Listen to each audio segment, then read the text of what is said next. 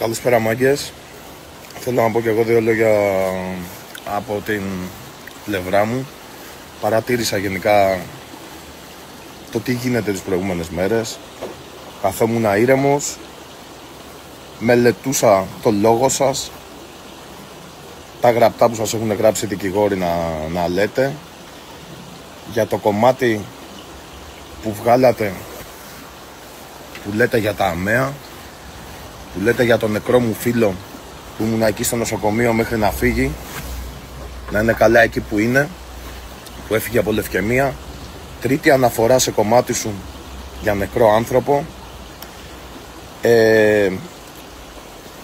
Απλά κάποια στιγμή οι μάσκες πέφτουν και το κακό που κάνεις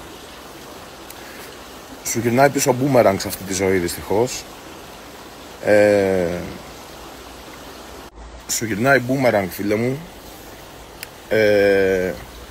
και επειδή αυτή είναι μόνο η αρχή της κατηφόρας, η κατηφόρα θα είναι πολύ μεγάλη και απότομη και έχεις να λογοδοτήσεις σε πολύ κόσμο ακόμα και να πεις πολλές συγγνώμες ακόμα.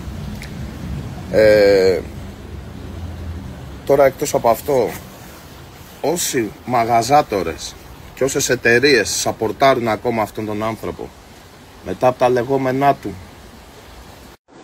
όσο για τα media και πιο συγκεκριμένα για την τηλεόραση, καλό θα ήταν να μην τα τσουβαλιάζουμε όλα, γιατί δεν είμαστε όλοι το ίδιο. Κάποιοι είμαστε και καλά παιδιά. Και ως προς το Ισουρού, λάθος άτομα κάνει target.